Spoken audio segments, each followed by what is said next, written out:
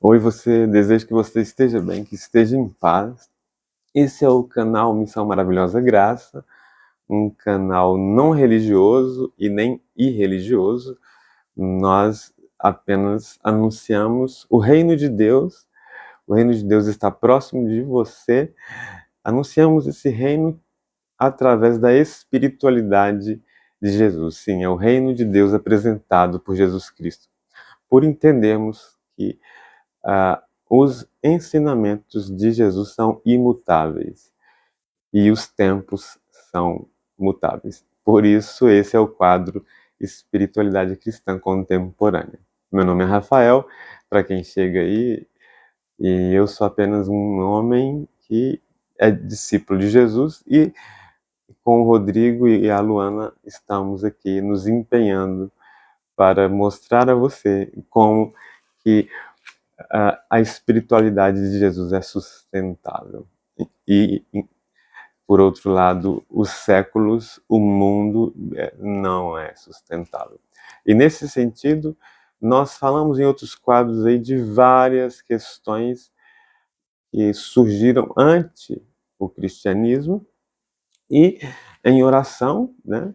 O Espírito Santo ele sempre nos acompanha, inclusive agora ele está contigo durante a reprodução desse vídeo, já está comigo aqui durante a gravação, é a minha oração diária, e na oração falar um pouco do testemunho, mas não do testemunho cristão apenas, do testemunho de ambos, o testemunho que nos foi ensinado a ser praticado por Jesus e do testemunho dos seculares do século XXI. Sim.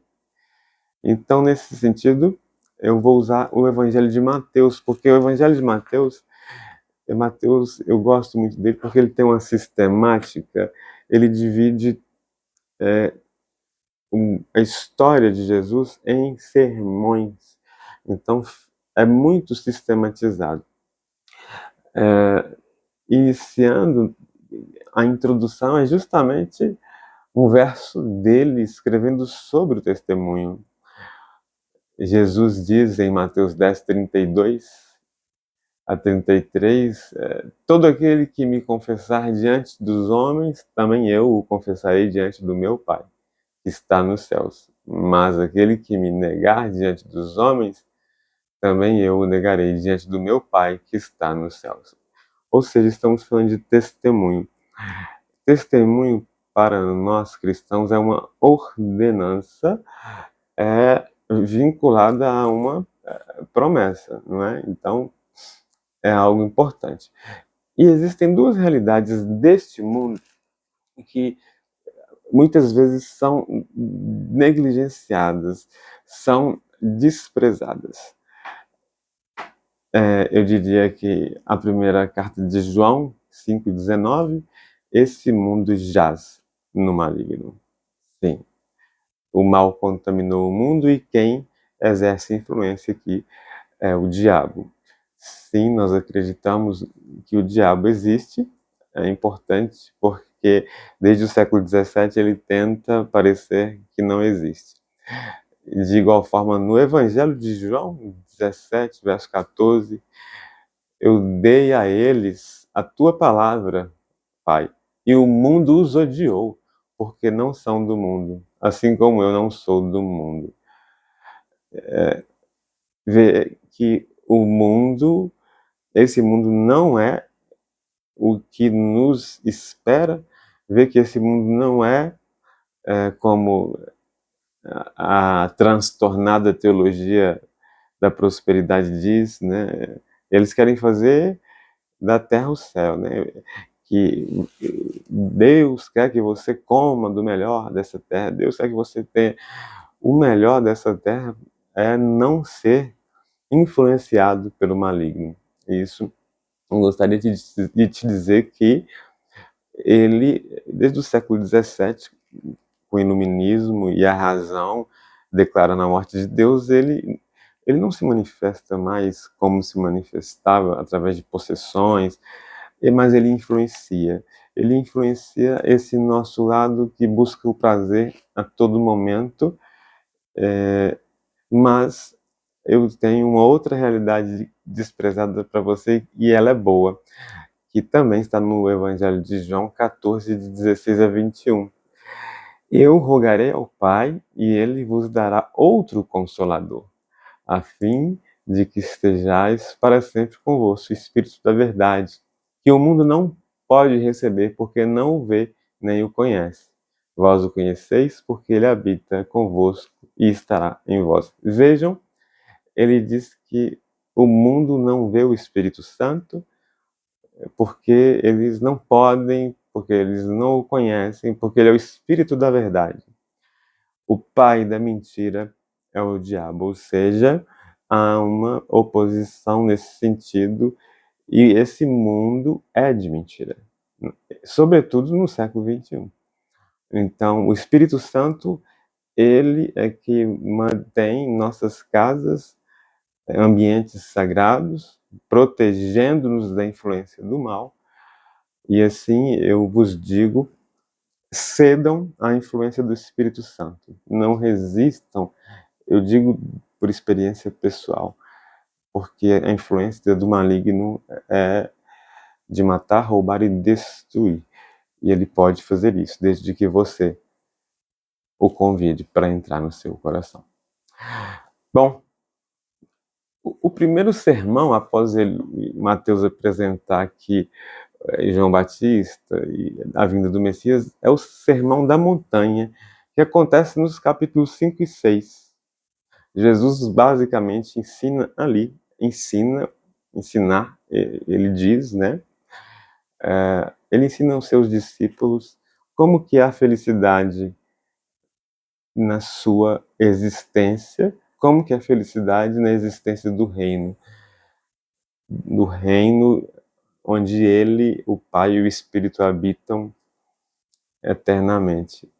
É uma bem-aventurança, quer dizer felicidade. É uma felicidade de pessoas mansas. É uma felicidade daqueles que promovem a justiça, dos puros de coração, dos que são pacificadores, dos que são perseguidos por causa da justiça, na verdade, e dos que promovem a paz. Daqueles que são pobres de espírito e que dependem do Espírito Santo, daqueles que são perseguidos por conta do nome do Rei Jesus. Sim. Então, veja, isso é imutável. São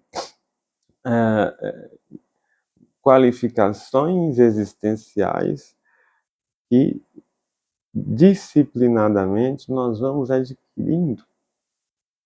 Enquanto que no século XXI, você não tem nenhum tipo de predicado que seja de fato levado em consideração, tudo muda. O século anterior era o da modernidade líquida, de Zygmunt Bauman, tudo muda a todo momento, muito rápido. Então você não tem qualificação absolutamente nenhuma para a existência aqui. Me diga o que o século XXI testemunha de existencialmente importante. Eu, de fato, desconheço. A sociedade do desempenho, que negligencia os filhos, a sociedade da estética, onde pessoas morrem tentando ficarem mais bonitas, a sociedade do adoecimento e do sofrimento mental, da produção do sofrimento mental e do gerenciamento desse sofrimento, sim, para controle das pessoas. Então, eu penso que a existência que Jesus ensinou aqui há mais de 2000 anos atrás, ela não tem uma substituta à altura. Essa felicidade é uma felicidade plena. Seguindo, ele ensina uma coisa importante: oração, a oferecer, ajudar o pobre, dar esmolas, não é? Oração. Não esqueçam dessa palavra. Depois temos o sermão das obras do Messias, ele mostra ali sua divindade, ou seja, ele ensinou e agora ele está mostrando de fato que ele tem um reino, que aquele ensinamento existencial que parece frágil, que parece para fracos, não é, porque ele é Deus. Vejam, e cura paralítico, e cura a sogra de Pedro, o servo do centurião, faz milagres atrás de milagres. A partir do capítulo 8. Ele continua, e no Sermão da Missão, no capítulo 10, ele primeiro envia para anunciar o reino,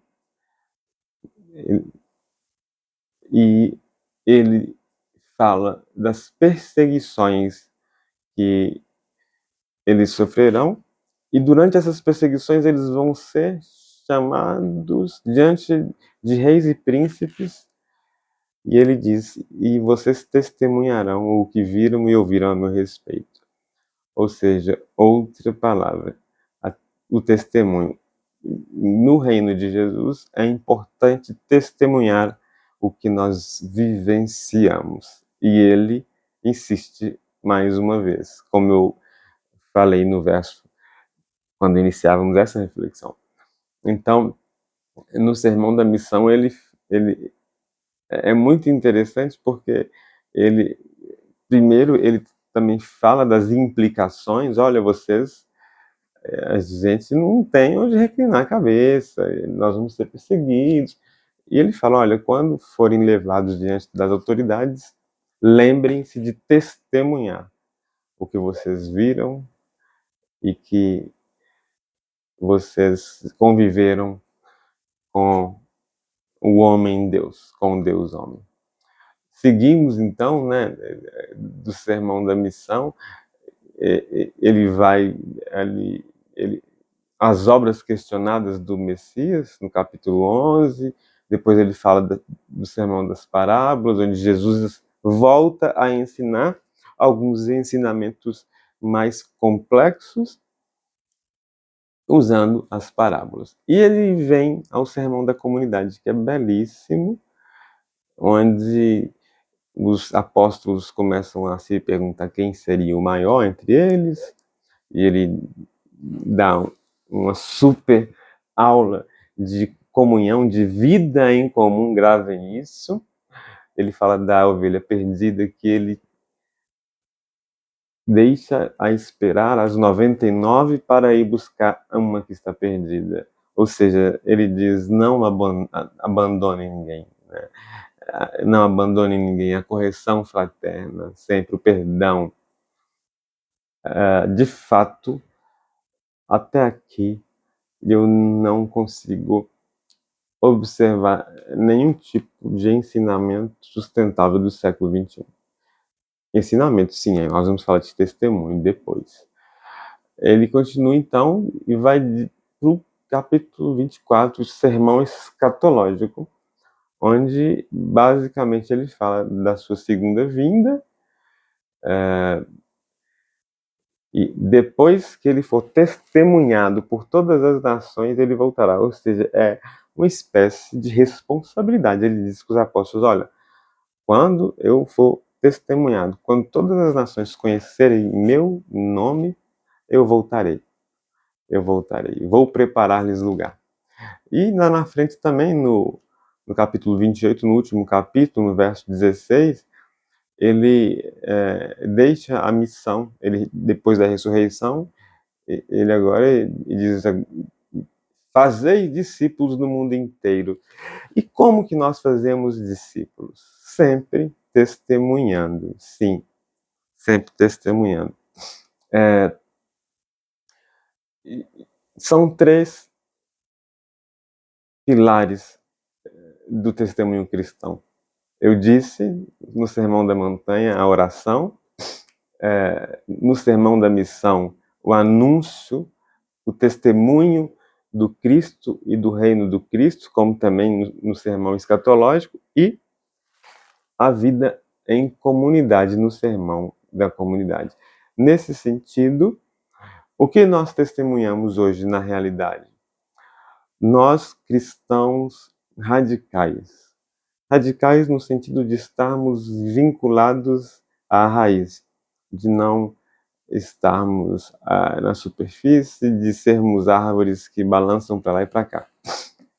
Sim, eu tento viver um cristianismo radical, por conta de convencimento do Espírito Santo de pecado, de justiça e de juízo. Eu tenho certeza que quando a graça e o convencimento lhe pegar, você vai ter uma vida diferente, porque é um entendimento diferente das coisas, né?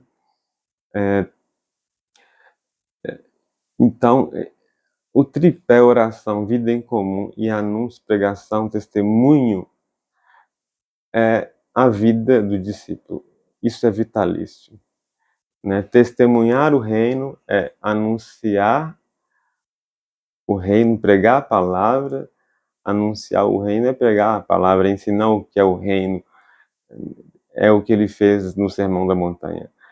A vida de oração discreta, como ele ensina também no Sermão da Montanha, e todas as éticas comunitárias que ele ensina no Sermão da Comunidade. E agora nós vamos aos seculares, esses do 21, né? Eles têm isso. Jesus fez em 3 anos. Há séculos o maligno tenta implementar algo que seja estável e não consegue, né? Nós tivemos no século XVII o Iluminismo, onde a razão tentou matar Deus, e nisso o diabo ele entendeu que, se fazendo de inexistente, conseguiria de fato aumentar o número de almas perdidas. E é uma verdade, né? Então é importante frisar: o diabo existe. É um maniqueísmo simples, não é simplório, mas é profundo. Fazendo-se desacreditado, todo mundo espiritual é desacreditado, né? Depois, no século XVIII, nós temos uma sociedade ideológica. O anarquismo e o marxismo surgem também contra as religiões, dizendo que as religiões eram opressoras, desejando o fim das religiões, mas são regimes que sequer chegaram ao poder.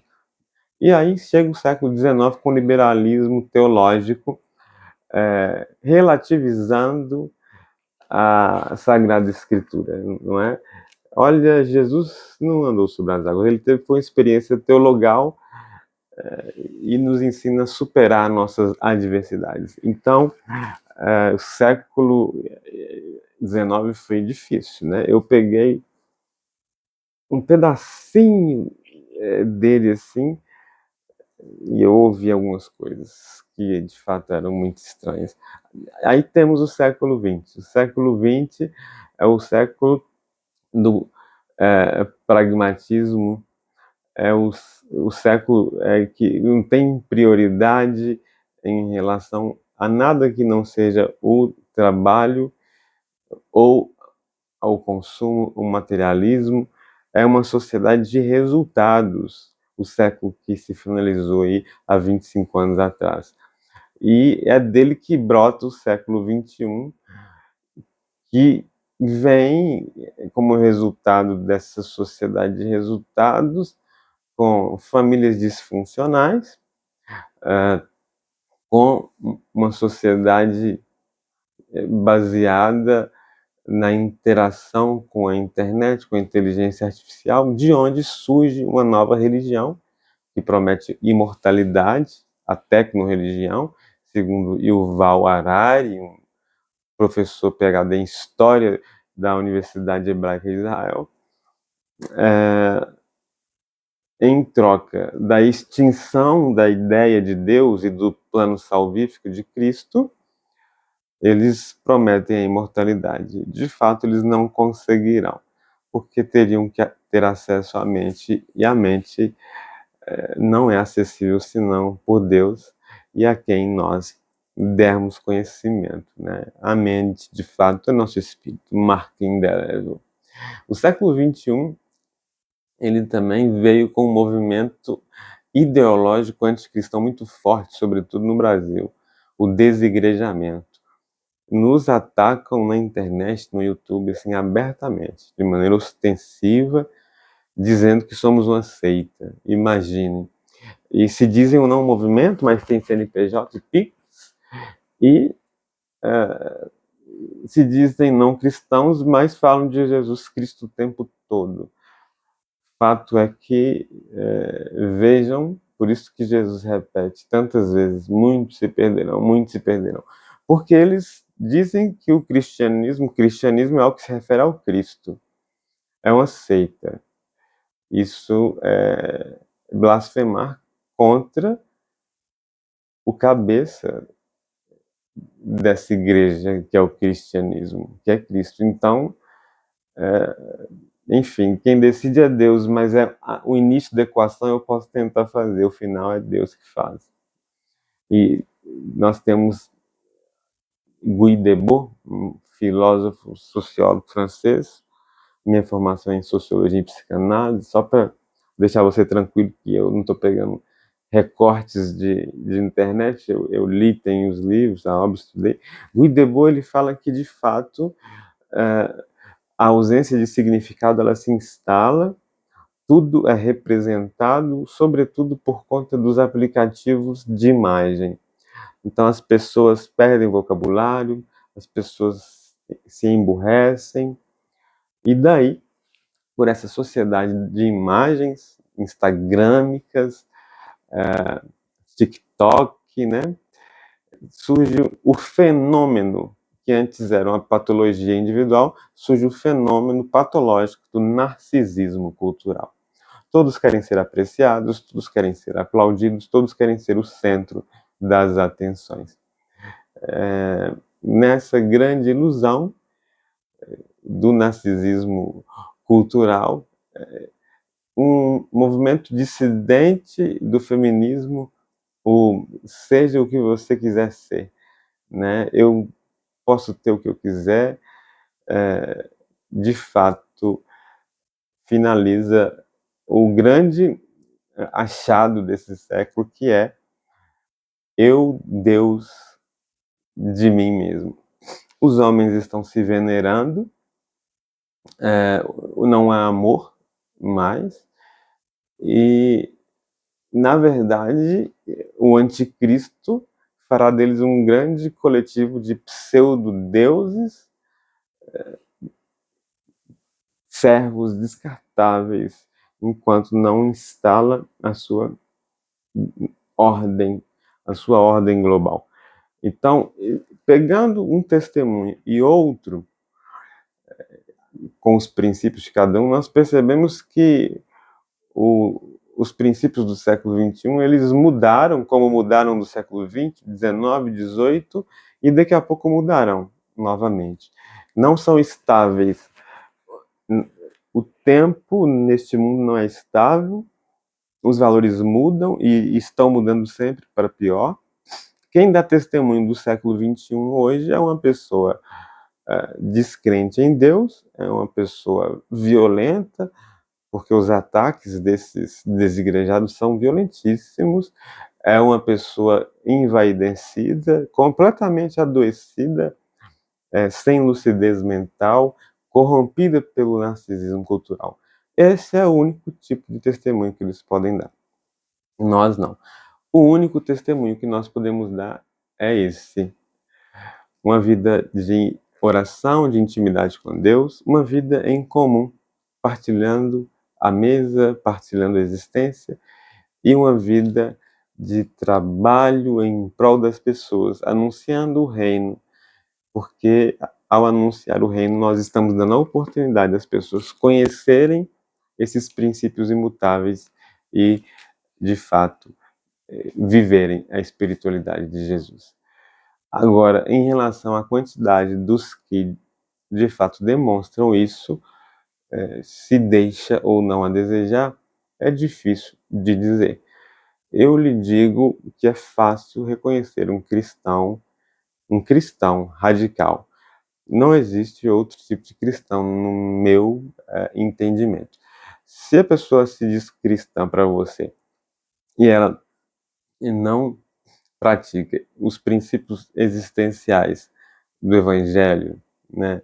Desde os ensinamentos em relação à mansidão, no Sermão da Montanha, até o capítulo 28, onde Jesus deixa a missão, né, de fazer novos discípulos, ela não é uma cristã de verdade. Essa pessoa é uma domingueira, né? Está em cima do muro e o muro tem dono. E o discipulado é que nos faz testemunhas incríveis. E em nome de Jesus, a glória é dele. Ele ensinou o primeiro discipulado. Ele ensinou-nos o tipo de caráter no Sermão da Montanha que devemos ter no reino. Ele nos ensinou a ter intimidade com o Pai através da oração.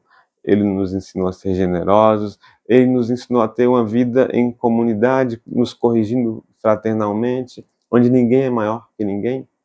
Ele nos ensinou que ele deve ser testemunhado, ele deve ser levado adiante para que outras pessoas tenham a oportunidade de fazer o mesmo caminho que eu faço, do discipulado. Esse é o testemunho. O discipulado é vitalício, é para a vida toda, lendo e relendo, e sempre pelo Espírito Santo aprendendo algo novo. Do contrário, o século XXI, os testemunhos que eu vejo são de pessoas completamente esquizofrênicas espiritualmente, e sobretudo esse pessoal do movimento dos desigrejados, né? Pessoas esquizofrênicas espiritualmente. É uma loucura aquilo. Eu sou formado em psicanálise e, de fato, eu vejo ali uma psicose. Não consultei ninguém, mas eu assisto. A gente tem que se acautelar e olhar as atualidades, né? Eu vejo, eu falo, meu Deus, essas pessoas estão em delírio, né? E então a sociedade do espetáculo daqui a pouco passa, os aplicativos mudam e só emburrece as pessoas, né? Porque acabou o significado da linguagem. E o adoecimento, né? O narcisismo cultural é que produziu tudo isso. Bom, espero que vocês tenham aproveitado essa reflexão e fica aqui o meu carinho e o desejo de que vocês permaneçam na paz de Cristo. Compartilhe com quem você acha que essa reflexão possa, é, com quem essa reflexão possa de fato comunicar algo da existência. Enfim, estamos aqui. Se precisar, entre em contato. Fica meu forte abraço. Muita paz. Deus te abençoe.